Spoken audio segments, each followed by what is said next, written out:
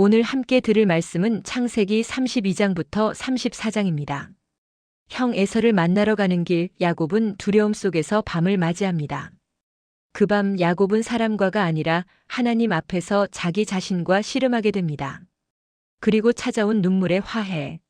하지만 이야기는 거기서 끝나지 않습니다.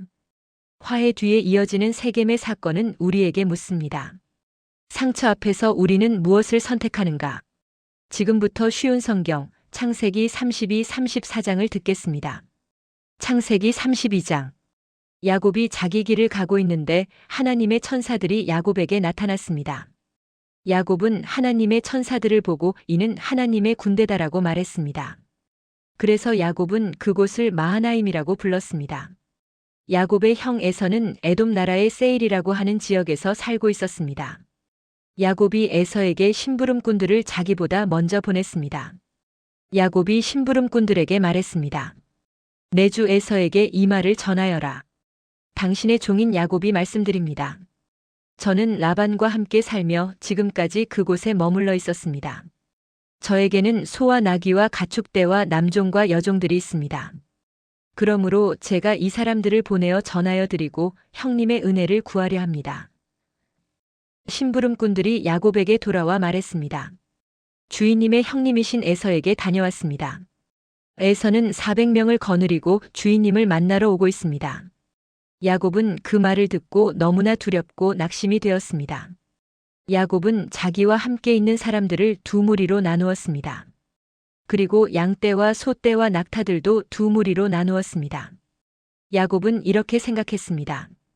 에서가 다가와서 한 무리를 친다 하더라도 나머지 한 무리는 도망칠 수 있을 것이다.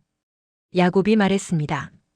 제 할아버지 아브라함의 하나님, 제 아버지 이삭의 하나님. 하나님께서는 저에게 내 나라, 내 집으로 돌아가거라. 내게 은혜를 베풀어 줄 것이다 하고 말씀하셨습니다. 저는 하나님께서 저에게 베풀어 주신 온갖 은혜와 사랑을 받을 자격이 없는 사람입니다. 제가 처음 요단강을 건넜을 때 저에게는 지팡이 하나밖에 없었습니다. 그런데 지금 저에게는 재산을 둘로 나눌 수 있을 만큼 많은 재산이 있습니다.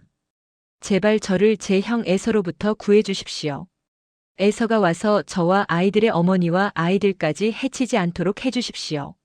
하나님께서는 저에게 내가 너에게 은혜를 베풀겠다. 내가 내 자손을 바다의 모래처럼 셀 수도 없이 많게 해주겠다고 말씀하지 않으셨습니까? 그날 밤 야곱은 거기에서 묵었습니다.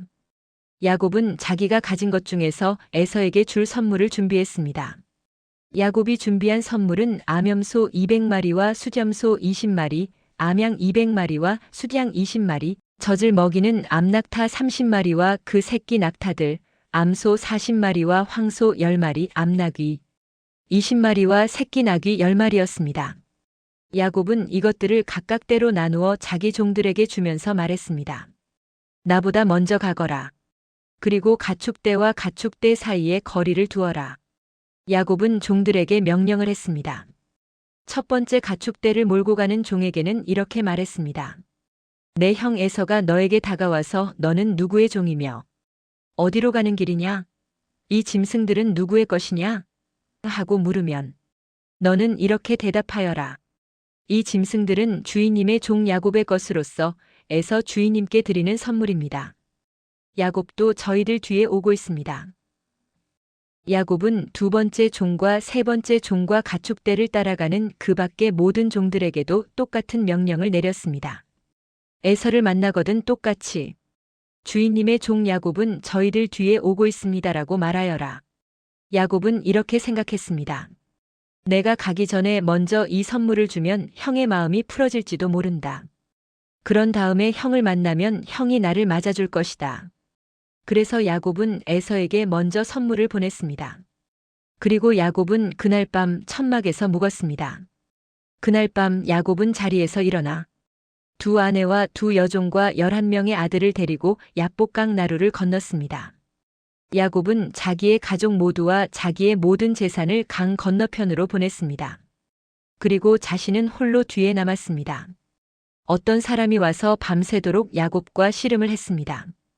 그 사람은 야곱을 이길 수 없다는 것을 알고 야곱의 엉덩이뼈를 쳐서 엉덩이뼈를 어긋나게 만들었습니다. 그 사람이 야곱에게 말했습니다. 날이 새려고 하니 나를 놓아다오. 하지만 야곱이 말했습니다. 저에게 복을 주시지 않으면 보내드릴 수 없습니다. 그 사람이 야곱에게 말했습니다. 내 이름이 무엇이냐? 야곱이 대답했습니다. 야곱입니다. 그 사람이 말했습니다. 내 이름은 이제부터 야곱이 아니라 이스라엘이다. 내가 하나님과 씨름했고 사람과도 씨름을 해서 이겼기 때문이다. 야곱이 그 사람에게 물었습니다. 당신의 이름을 가르쳐 주십시오. 그러자 그 사람이 말했습니다. 왜 내 이름을 묻느냐? 하며 그 자리에서 야곱에게 복을 주었습니다. 그래서 야곱은 그곳을 브니엘이라고 불렀습니다. 야곱이 말했습니다. 나는 하나님의 얼굴을 보고도 죽지 않고 살았다. 야곱이 그곳을 떠나려 할 때에 해가 떠올랐습니다. 야곱은 엉덩이 때문에 다리를 절뚝거렸습니다. 브니엘에서 나타난 사람이 야곱의 엉덩이뼈를 쳤기 때문에 지금도 이스라엘 사람들은 엉덩이뼈에 붙어 있는 큰 힘줄을 먹지 않습니다. 창세기 33장. 야곱이 눈을 들어보니 에서가 오고 있었습니다. 에서는 종 400명을 거느리고 있었습니다. 그래서 야곱은 레아와 라헬과 두 여종에게 아이들을 나누어 맡겼습니다.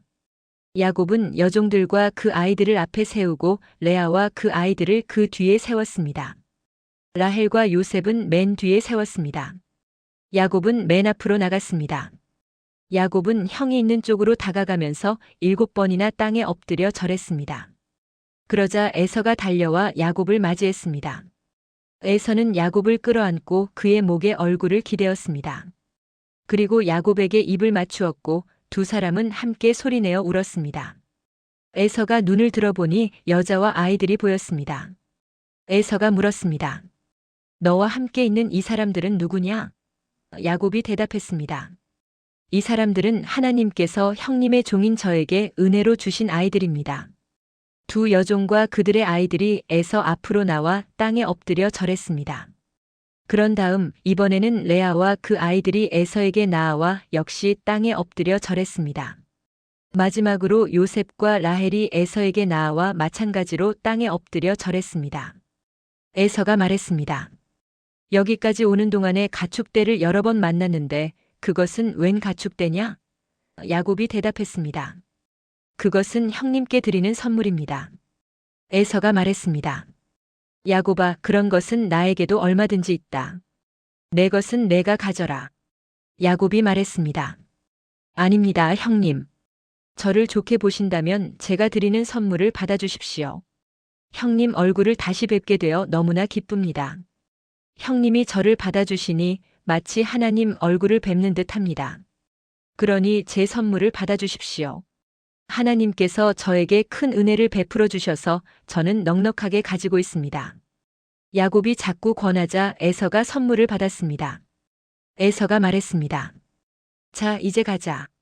나도 너와 함께 가겠다. 그러나 야곱이 에서에게 말했습니다. 형님께서도 아시겠지만 아이들은 약합니다. 게다가 가축대와 그 새끼들도 걱정이 됩니다. 하루 동안 너무 많이 걷게 되면 짐승들이 다 죽을 것입니다. 그러니 형님 먼저 가십시오. 저는 천천히 뒤따라 가겠습니다. 가축대와 아이들의 걸음걸이에 맞추어 천천히 가겠습니다. 그리고 세일에서 다시 형님을 뵙겠습니다. 그러자 에서가 말했습니다. 그렇다면 내가 데리고 있는 사람 중 몇 명을 내 곁에 남겨두어 너와 함께 오게 하마. 야곱이 말했습니다. 어찌 그렇게 하겠습니까? 내 주인인 형님의 친절한 마음만으로도 만족합니다. 그리하여 그날 에서는 세일 쪽으로 다시 돌아갔습니다. 하지만 야곱은 숫곳으로 갔습니다. 그곳에서 야곱은 자기 식구들이 머물 집을 지었습니다. 그리고 짐승들을 위해 우리를 지어주었습니다. 그래서 그곳의 이름은 숫곳이 되었습니다. 야곱은 밧단 아람을 떠나 가나안 땅 세겜 성에 무사히 이르렀습니다. 야곱은 성 동쪽에 장막을 쳤습니다. 야곱은 장막을 친 밭을 세겜의 아버지 하몰의 아들들에게서 은 돈 100개를 주고 샀습니다. 야곱은 그곳에 제단을 쌓고 그 이름을 에렐로 헤이스라엘이라고 지었습니다. 창세기 34장. 레아와 야곱 사이에서 태어난 딸 디나가 그 땅의 여자들을 보러 나갔습니다. 히위 사람 하몰의 아들이며 그 땅의 추장인 세겜이 디나를 보고 끌고 가서 강간하였습니다. 세겜은 야곱의 딸 디나에게 마음이 끌렸습니다. 그는 디나를 사랑하였으므로 디나의 마음을 위로하였습니다. 세겜이 자기 아버지 하몰에게 말했습니다. 이 여자를 제 아내로 삼게 해주십시오. 세겜이 자기 딸을 더럽혔다는 이야기를 야곱이 들었습니다. 그때 야곱의 아들들은 들에서 가축대를 치고 있었습니다. 야곱은 아들들이 돌아올 때까지 아무 말도 하지 않았습니다. 세겜의 아버지 하몰이 이야기할 것이 있어서 야곱에게 왔습니다. 그때 야곱의 아들들은 그 소식을 듣고 들에서 막 돌아와 있었습니다.